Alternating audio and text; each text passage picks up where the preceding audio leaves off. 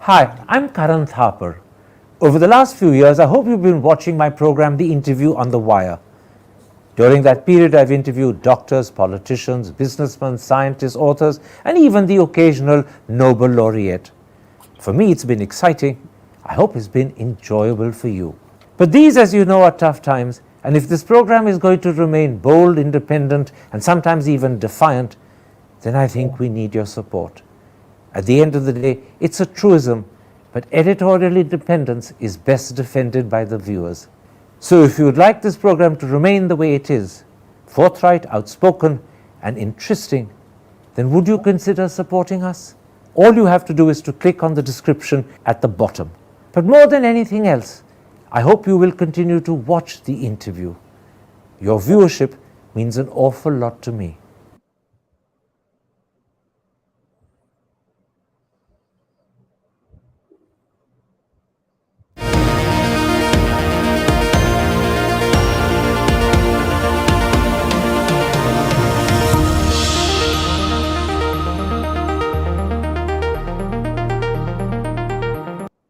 Hello and welcome to a special interview for The Wire.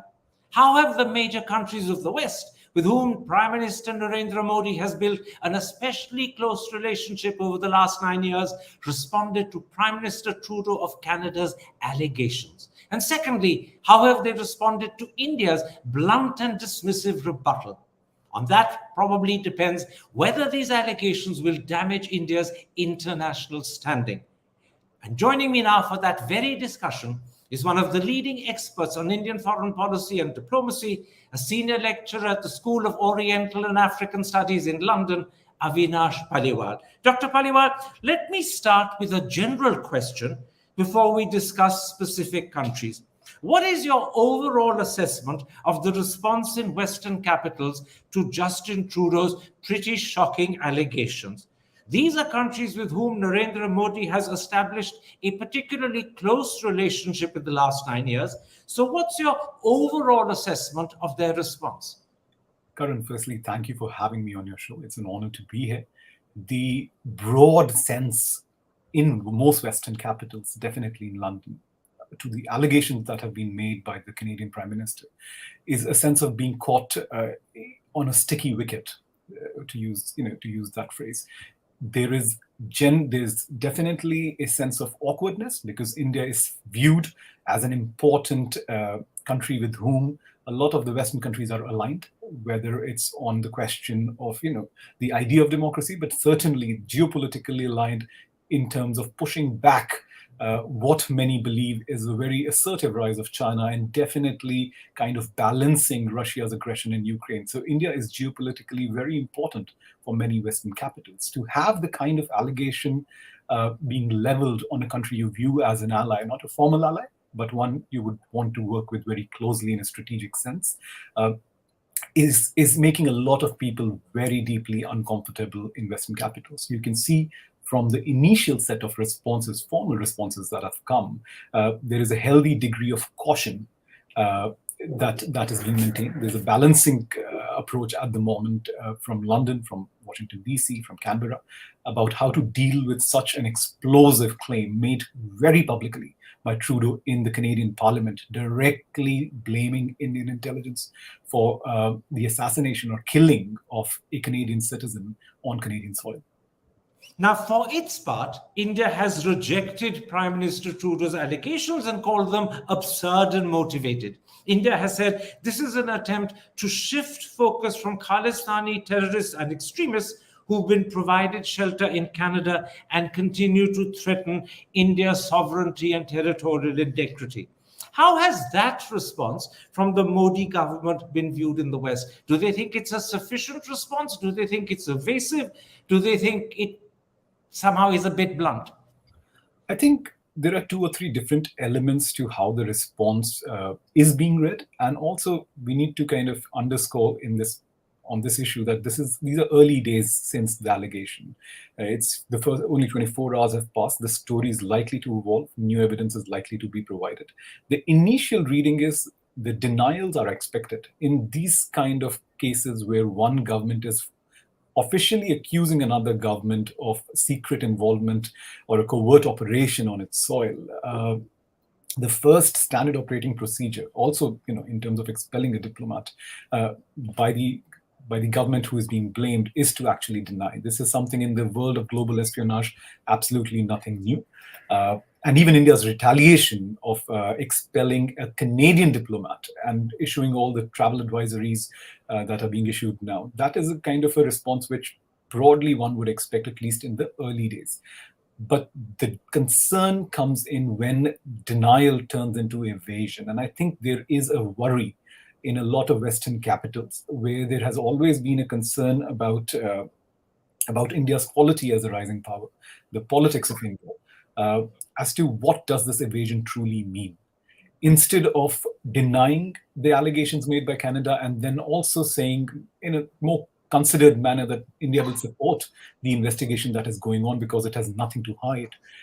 It is countering, it is escalating, it is engaging in counter-escalation.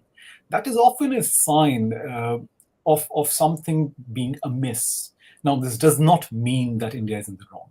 This does not mean that India's denials are incorrect or vacuous. India might very well be in the right. Canada may or may not have evidence to offer, but certainly the way India is responding at this point in time, it has not abated concerns in Western capitals about India's involvement or possible involvement or alleged involvement. Let me clarify in this case. So let's see how this plays out. To be honest, India is basically telling Justin Trudeau that now you have to come clean on your allegation, actually forcing his hand to show the evidence, even if Ottawa had possibly considered not to do so, despite having leveled the allegation. So it's a zero-sum game as it is playing out at the moment. But the important thing you're saying is that India's response and rebuttal has not abated the concerns in Western capitals. Yes, it has not as of now. Let's then, Dr. Paliwal, come to individual countries and talk about them one by one. The perception in India is, whilst the United States and Australia have expressed deep concern, that phrase is missing from the British response. Downing Street simply called the allegation serious, but added that it would be wrong to comment while Canada is still investigating. Also, Downing Street went out of its way to clarify that talks for a free trade agreement will not be affected and will continue. So am I right in suggesting that there is a difference between the British response on the one hand and the response from Canberra and Washington on the other? There is difference in diplomatic style, Karan. Absolutely. The common theme in all these responses, in my reading, is a healthy dose of caution, not letting the initial allegations, while the investigation is still going on, short circuit all these countries' bilateral kind of ties with India, and then really waiting for evidence to surface, right? To have Ottawa really present evidence to the world community and say, really come clean on the kind of allegation they have made. Once that happens, I believe the responses will change, and I think there could be a sharper tilt in Western countries' responses at that point in time. So right now, all the different vocabularies that are coming out, clearly there is serious concern there, and the concern is not new. Right. Australia was concerned about this kind of an intervention. It felt Indian diplomatic pressure, even at past points in time. UK has been on the receiving end of Indian pressure on the Khalistan issue in recent past. We saw the standoff when the security was removed from the British High Commission in Delhi after the tricolour, or the Indian High Commission in London, was vandalized by violent Khalistani protesters. So these are capitals who have also been on the receiving end of Indian diplomatic anger on a similar issue in recent past. So that statement that they're concerned is basically a marker of continuity, that they worry what's going on. But I think if evidence is produced, this will become the crisis is likely to then escalate, and the Western powers will have little room for kind of sugarcoating their response or their criticism, if you like. Let's come to two of the seemingly, in quotes, tougher responses. First, the American one. Modi, as you know, was a state guest in June. Biden was treated with considerable care and attention when he visited Delhi 10 days ago for the G20. Against this background, the State Department spokesman has said, and I'm quoting him, "We are deeply concerned about the allegations referenced by Prime Minister Trudeau recently." And then he added, "We urge the Indian government to cooperate in the Canadian investigation and ensure that those responsible are held to account." Now, given that India has rejected the allegations, and it's very unlikely that India will cooperate, and clearly there is no mention of cooperation, as you pointed out, in India's rebuttal, what do you make of this statement from the State Department? That there is very little conversation going around questions of value systems. There is serious divergence between the political value systems that a democratic administration or liberal administration in Canada or Washington DC espouses, and how they see India. There is alignment of interests given China's rise, but there is a very different view of the world, of global politics broadly. I think that's the biggest picture story that is really coming out in the open, in this particular standoff. That you might be aligned on the China question, but that doesn't mean everything is fine in this relationship and it's enduring. The State Department has always, this is something very central to American advocacy, the idea of democracy, the idea of human rights. One can criticize them for being hypocritical, and I would agree with that hypocrisy. But this administration under Biden is very clear that these are ideals, these are values that we want to espouse in a very unforgiving international political environment. And this is a case where they can actually use that argument. And I think this statement is a very clear indicator of unease in Washington DC, but also other Western capitals with India's kind of evasive approach and quite aggressive response to Canada's very serious allegations. And I think this is something that there are likely to be more such statements perhaps emerging if this thing escalates and before evidence is produced. Let me briefly pick up on something you said. Both countries, India and America, claim that they have shared values. Quite clearly, in terms of the democratic values and the liberal values that America espouses, India is slipping. That's not a secret to the Americans. It's certainly not a secret to Indians. And in a sense, you're saying the State Department statement is either hinting at it or exposing that difference in the values. Partly, yes. Also, the issue itself is quite revelatory, Karan. The way India views Khalistani movement and the sensitivities India has around this question, and the way a lot of the Sikh diaspora in these Western countries have mobilized themselves and politically mobilized themselves, some of which has been violent mobilization, which of course is difficult to kind of accept for India. These countries still struggle to see how allowing that kind of political mobilization, one, goes against India's security interests, especially if there is very little uptake for the Khalistan issue or the Khalistan cause on the ground in Punjab itself. And two, they believe that there is a sense, the Indians, for whatever reasons, are inflating the threat of this issue. This is the perception. Right or wrong is a different issue. This is a very strong perception, and they believe the Sikh community or Khalistan, activists have a democratic right to protest till the time it is peaceful. And these are issues, these are questions which really are about how you understand freedom of speech, how you understand security, how you understand or respect the security concerns of partners in a very geopolitically charged international environment. And it shows that there is a divergence on some fundamental issues as far as these aspects go. Now, Dr. Paliwal, Australia is another country with very close relations with India. And again, this is a country where Narendra Modi has made a significant difference to the quality of that relationship. But Penny Wong, their foreign minister, has also said categorically she's deeply concerned. And perhaps more importantly, her spokesperson has said, and I'm quoting, "We have conveyed our concerns at senior levels to Delhi." Once again, is that a stronger response than New Delhi would have actually wanted to hear? Perhaps, given the kind of political investment Prime Minister Narendra Modi has done in Tony Albanese, the Australian Premier, I think this is something that India might view as a strong response. But I doubt that New Delhi would be surprised by the Australian position, right? Firstly, all of these positions have been communicated in private before, even during the G20 summit. Of course, all these Western capitals made sure that this issue does not short circuit or trip over the success story that G20 was, and make sure that the joint communique was, there was a consensus around that. But that doesn't mean those concerns were gone or that they would have evaporated. And Australia, just like the Americans and the Canadians, have held a deep sort of, reservoir of concern on this specific issue as far as India and the Khalistan issue goes. So it's, again, not new, right?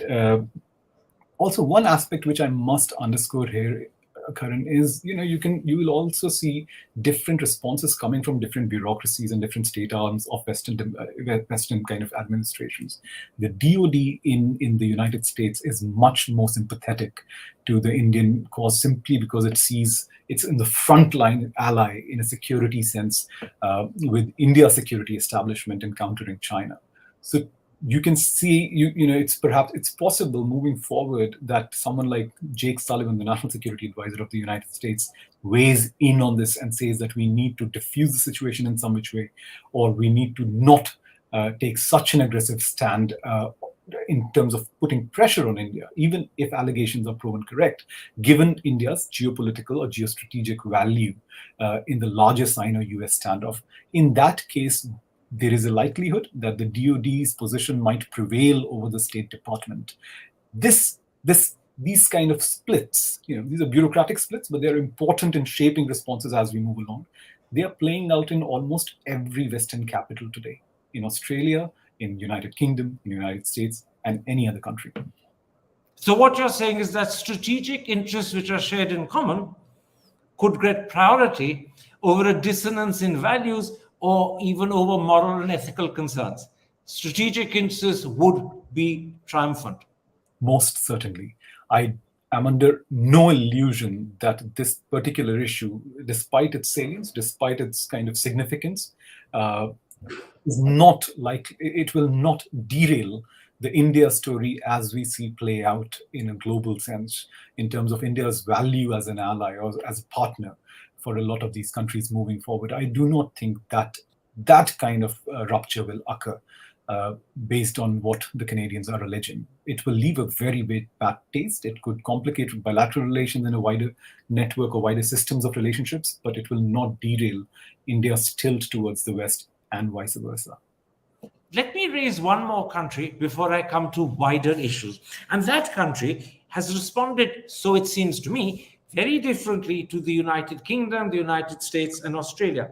I'm talking about France. As far as I can tell, sitting in New Delhi as of this afternoon on the 20th, France has kept quiet and has had nothing to say. And yet the Canadian press have very forcefully said that Trudeau personally spoke to Macron. So what do you make of this seemingly deliberate silence from Paris? I'm not surprised at all, Karan. One of the most strategically significant relationship in a security sense, but even more, that India has developed over the last 2-3 decades, apart from the United States, is that with France. This is a very strong relationship. It's a very time-tested relationship, broad, deep, and there are no irritants as far as diasporic complexities or politics of the diaspora is concerned to that extent as there are with the United Kingdom, Canada, or Australia and the US, right? So I would be very surprised if France suddenly sits up, takes note, and starts issuing statements. There is no need for France to derail its ties with India. And it is, it is not part of the Five Eyes alliance. Yes, it's part of G7, it's part of NATO, but this is, the West will also try to ensure that this bilateral issues remains largely that, and it does not start becoming an irritant within the broader alliance, inter-alliance dynamics within NATO or Five Eyes or the G7. So in fact, it would be in everyone's interest for France to actually not wade into this controversy. To make sure that the larger alignment also remains fruitful as far as Russia and China questions are concerned, because otherwise you're also enabling your adversaries, and in exploiting fissures that are very visible now. Let me at this point, Dr. Paliwal, pick up on a couple of points that have attracted attention, very possibly, understandably, in the Indian media. First of all, in contrast to the formal statements that have been discussed and issued from Washington, London, and Canberra, the Washington Post says Ottawa asked its closest allies, including Washington, to publicly condemn the murder, but the overtures were rebuffed. Although these concerns, admittedly, the paper adds, were privately raised by several senior officials of the Five Eyes intelligence sharing countries in the weeks before the G20 summit in New Delhi. Does that suggest a sort of balancing act that each of these G7 countries is individually doing between supporting Canada on the one hand, but making sure you don't offend India on the other? Yes, this is a very sort of a hard balancing act, which has played out, and it has played out till now in the backstage. A lot of intelligence-related matters often play out on the backstage, which people don't really come to know, at least not in real time. This is one of those few cases which have come out in the front stage. It's again not new. We saw that happen with the assassination or the killing of Jamal Khashoggi, the Saudi critic in Turkey, and that became a huge diplomatic spat between the two countries. And there are similar cases, the poisoning of Sergei Skripal in United Kingdom, that completely changed British views on Russia from that point onwards. But I do think that there is also a consensus among these countries that when Ottawa was asking them to make a public stand, that could have risked dislocate the G20 summit, and that was not in any of their larger strategic interests. So they also, I would think the rebuffing, terming it rebuffed is perhaps a tad strong. This was a more mature way of kind of making sure that this kind of a controversy does not lead to wider ruptures in the alliance systems that they are building. But I would actually say this shows a lot of clarity of thought in a lot of these capitals that, look, India is a very important ally, but we also need to kind of draw red lines, because if there are differences in political value systems, and the West has been very cagey, it has been very sensitive of foreign interference in its domestic politics, right? Undermining democracy is how all these interventions have been framed, whether it was Russian cyber intervention in the 2016 US national elections, whether it's Chinese interventions, covert interventions in institutions across the board in Western capitals, Western countries, United Kingdom, United States, in sensitive technology sectors. These countries believe that their adversaries have used all these kind of subversive means to undermine their politics. This is one of the unique cases where they see a purported ally or a very important strategic partner doing something similar. And that is never a good position to be in. So I think right now there are relatively muted responses, cautious responses, but if evidence features or surfaces, I think there would be a much stronger response, or there would be much more pressure, political pressure on these leaders to take a very clear stand on where they stand, on where they kind of, how they want to deal with this kind of an interference or alleged interference. In the context of the issue we're discussing, let's focus a little bit more sharply on Washington. Canada is not just a neighbor for Washington, it's a NATO ally and it's a member of G7. Yes. India, on the other hand, is a country Biden has invested an enormous amount of political effort cultivating. As I said earlier, he invited Modi for a state visit in June, and he refuses to publicly speak about India's diminishing democracy or the treatment of its minorities, because he wants to ensure India's support as a bulwark vis-a-vis China. And he often faces a lot of flack from his own media for what they consider his pusillanimity on these issues. So has this issue now created a piquant dilemma for Biden? It certainly has. It does not put Biden administration in a comfortable situation whatsoever. And you can see that reflecting in the State Department response that you quoted earlier, Karan. I think moving forward, the ideal kind of scenario would be that the United States plays a mediator's role between India and Canada to make sure that this controversy doesn't escalate further. And right now it is spiraling, not kind of containing. So some sort of a third party perhaps back channel intervention will be required. Because Canada and India, the trust question between the two countries has completely collapsed. With expulsion of diplomats, I doubt that the political leaderships on both sides are willing to put any capital, diplomatic or otherwise, in curating a thaw. This is a thaw, the contours of which can only be both crafted and perhaps supported, and certain guarantees offered on behalf of both sides, because the United States has leverage both in New Delhi and in Ottawa by a bigger power, such as the United States. So I think this is likely to be a kind of, at least on the backstage, I'm fairly certain Indian diplomats, Indian officials, and Canadians and Americans would be working to make sure that this does not snowball into something bigger than it already is.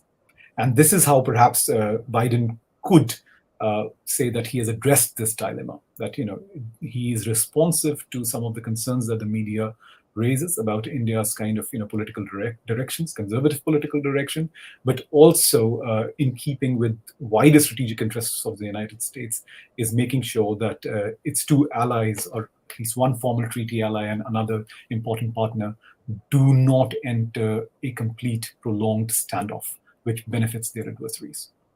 Let me put you a point made in today's edition, i.e. the 20th of September's edition of the Globe and Mail, which is arguably Canada's best known and most widely read paper.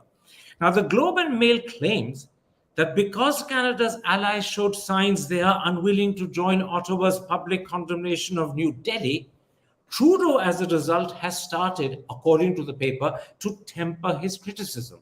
And the paper is relying on what Trudeau said to reporters shortly after his statement in Parliament on Monday. He said, and I'm quoting him, "We are not looking to provoke or escalate.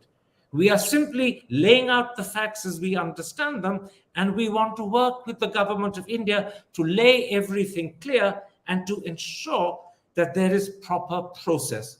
Do you accept that interpretation from the Globe and Mail, that Trudeau is perhaps dialing back the strong position he initially took? No, in fact, I take the complete opposite. For me, the interpretation is completely the opposite. I have seen that interview. I'm not relying, my response to this is not reliant on newspaper reportage of that quote, but I actually saw the video where Trudeau made that statement. He is just stating intent. He's not dialing down. If anything, I would be taking him much more seriously after that statement. He's very clear that he does not want to escalate, and that is something any country which does have a strong partnership with India, which Canada does. I mean, Khalistan issue is a major irritant which has expanded in scope and scale and impact. But that does not mean that Indo-Canadian relationship is kind of just defined by this one single issue or one single irritant. For a long time, India was the 10th largest trading partner of Canada. And I think those are kind of, equities that both sides, India and Canada, would want to preserve, regardless of change in governments and electoral cycles. And I think that's what he was trying to hint at, that look, we don't want to throw the baby out with the bathwater. But what has happened is something very serious. And we will focus on that. And I think that's how I'm reading that statement. Far from tempering, I think it seems to me, based on his body language, based on the way they're going about it, that they have calibrated the response, they have calibrated the escalations. And I would be highly surprised if now they're not able to present the evidence. Now, what that evidence is, how it will be presented, to whom, that remains to be seen. And that will have a major impact on how the crisis develops. But I do not believe that Justin Trudeau is tempering in any which way. Let's focus a little on Justin Trudeau. Earlier this year, he faced a lot of criticism for his allegedly weak response to Chinese interference in Canadian politics. In fact, Pierre Poilievre, the leader of the opposition in Canada, taunted him when he said, and I'm quoting Mr. Poilievre, "I do find it interesting that he knew about vast foreign interference by Beijing for many years, and he said nothing, and he did nothing." Is Trudeau's far stronger response vis-a-vis India somehow an attempt to make up for his alleged weakness vis-a-vis China? That is certainly possible, Karan. That's not something that I can discount. That, there is a sense of overcompensation. There is a sense of being under political pressure by the opposition for not standing up to third parties or external powers and their interference in domestic affairs or politics of Canada. And given the fact that there has been Justin Trudeau's popularity ratings have declined in recent times, right? There must be a domestic element or domestic driver to his response to this crisis, no doubt about that. But look, with China, Canada had utmost support from Washington D.C., and these two countries jointly coordinated their responses to Chinese interference in Canadian affairs. Right, even the swap of people who were arrested by both sides. Canada arrested a Chinese national, China arrested Canadian nationals. There was a the U.S. was very directly involved and on Canada's side. That is not the case today with India, right? This is what gives the uniqueness to this particular issue, right? India is not an adversary the way China is. That is what puts Justin Trudeau in a very kind of uncomfortable position. But because India is not China, is lesser, relatively less powerful in a brute sense, he might have thought that he can pull this off, and he's trying to take he's done that act. But let me also underscore, he's also tied the hands of his political opposition. People are missing this element. You cannot be an opponent, a political opponent of Justin Trudeau and the Liberal Party, criticize him for not standing up to Chinese interference. But when and if at certain point in time evidence is presented that India also kind of interfered in Canadian affairs, then you don't do it either. Or then you say that, we cannot, we'll criticize Trudeau for doing this or standing up to India. If evidence comes out in support of Canadian allegation, the conservative politicians in Canada who champion, strong relationships with India and actually subscribe to Indian perspectives on the Khalistani movement, even in a domestic sense, their room for maneuver, political maneuver, will shrink quite considerably. So in making this public, he's actually speaking to multiple audiences at the same time. He's locking positions. A public inquiry that incriminates or offers incriminating evidence in support of Justin Trudeau's allegations will not remain a Liberal Party or a New Democratic Party story. It will become a Canadian story.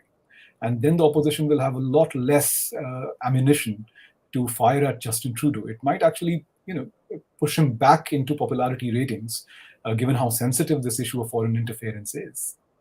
You mentioned this question about his declining popularity and the possibility that this could actually enhance his popularity. And that leads me to ask, to what extent could Trudeau be motivated, if that's the right word, by that declining popularity and the need to reach out to seek voters? And bear in mind, his government at the moment is critically dependent for support upon the New Democratic Party led by Jagmeet Singh Dhaliwal. And Mr. Dhaliwal, it's well known, has been a supporter of the referendum that various Khalistani organizations are trying to carry out in Canada. So to what extent is the dependence for votes on the Sikhs another critical factor in Trudeau's response? I think it's an important factor, Karan. I think this is something, I believe when we look at foreign policy, when we look at international relations, sometimes we risk undervaluing domestic political factors in driving policy decisions and kind of acts, especially decisions like this. So yes, certainly it's a minority government, and Justin Trudeau wants to make sure that the alliance lasts at least till the next elections in 2025. And there is a voting community that he believes that he can capitalize on. So that is something which I believe is a factor. What I'm not convinced by is the argument that it is the only factor. See, what he has done by making what is arguably an intelligence backstage sort of a behind-the-scenes kind of a duel between two countries, between India and Canada, by bringing it onto the political front stage, diplomatic front stage, is not, he's basically raised the stakes for everyone involved a whole lot higher. And this, if he fails now, the chances of a government collapse becomes very real. And his ratings will plummet even further. And, Canada will be worse off as a country. It's already a relatively weaker Western geopolitical power.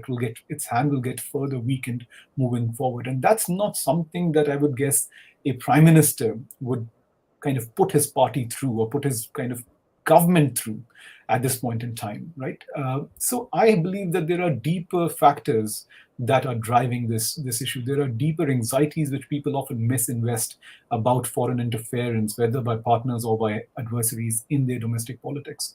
And also, we are dealing with people who are, who believe that, who are also ideologues in a certain sense of the term, right? These are liberal ideologues who are in power. He's a man who actually believes that this is not acceptable. Now, he may not be able to deliver that kind of his promise because of limited power to the Chinese, or would seek American support for that.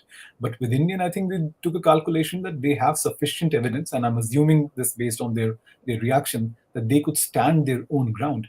He's effectively challenging his alliance partners to take note of this uncomfortable reality that he believes that Canada is kind of living in terms of Indian interference or alleged interference. So I think that's a very big step. That's a huge escalation, and that cannot just be driven by parochial electoral concerns for an election which is still 2 years in the future. Dr. Dhaliwal, let me now raise something that everyone in India is aware of. The press has written in great detail about these facts to do with Nijar himself, and ask you, to what extent do they matter in Western capitals? For instance, we in India know that in 1997, Hardeep Singh Nijjar entered Canada on a false forged passport. In 2016, Interpol issued a red corner notice against him. In 2018, Amarinder Singh, who was then Chief Minister of Punjab, included Nijar in a list of 9 people that he wanted the Canadians to hand over to his government. And finally, in 2020, the Home Ministry officially designated Nijar as a terrorist. How much weightage is given to these facts in London and Washington? Indeed, are they even known of? I imagine governments do, but are they discussed in the media?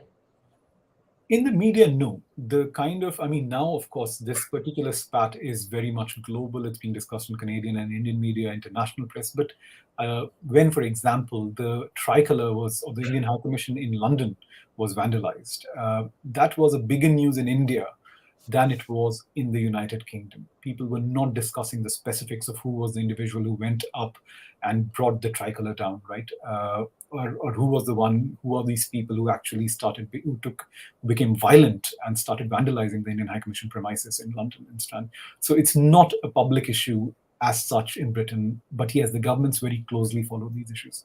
As far as Nijjar's credentials go, they should matter, Karan. They should matter. And I do believe that there is a degree of blindness as far as these hard details go against a select few militant leaders who belong to the Khalistan movement. I do believe that this is something that Canada could have been a bit, much more proactive on to avoid this kind of a situation in the first place. That they were not is something that does make me question their intent.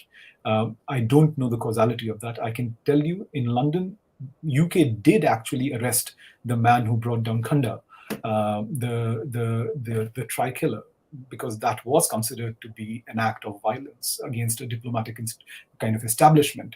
So UK did act on that. Canada apparently did not. So there is a qualitative difference on how these specific cases have been handled. But having said that, there is also a consensus or a sense that, you can only act against these individuals based on evidence of wrongdoing according to the laws of the land or international law, right? To say that you want us to stop people from protesting at all, that is something that will be difficult for us to deliver. That's also a message that the West is trying to communicate to India.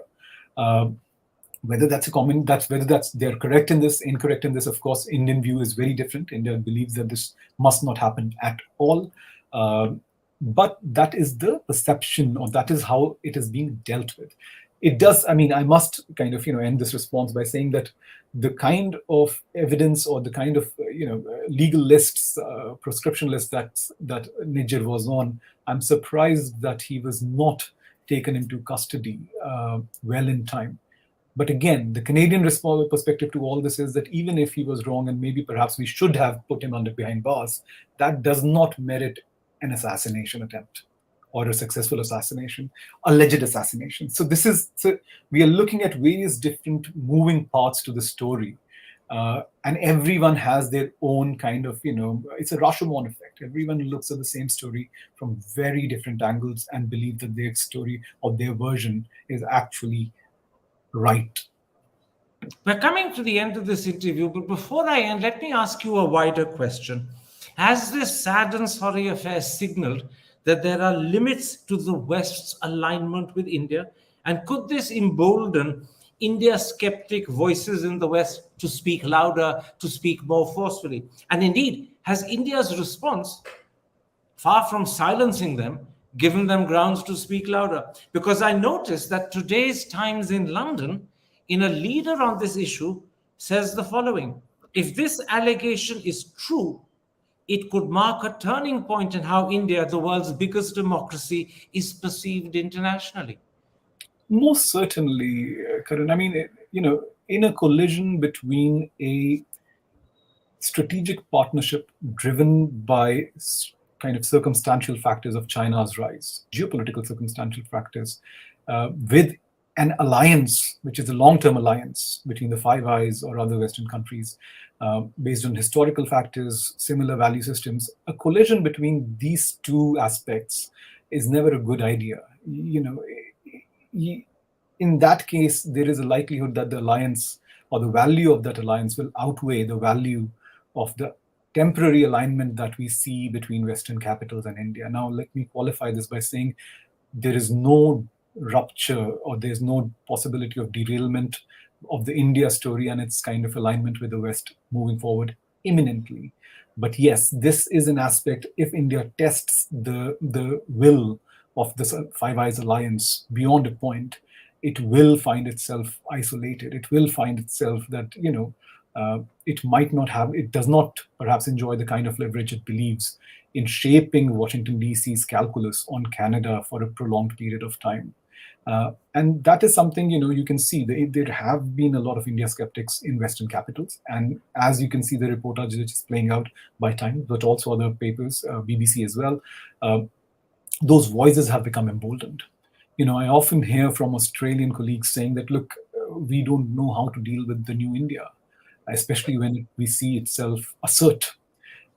We welcome its rise. We want it to develop, but we also want it to be, to not behave in ways which complicate ties or which creates unnecessary polarization or strain in these relationships. This is their perspective.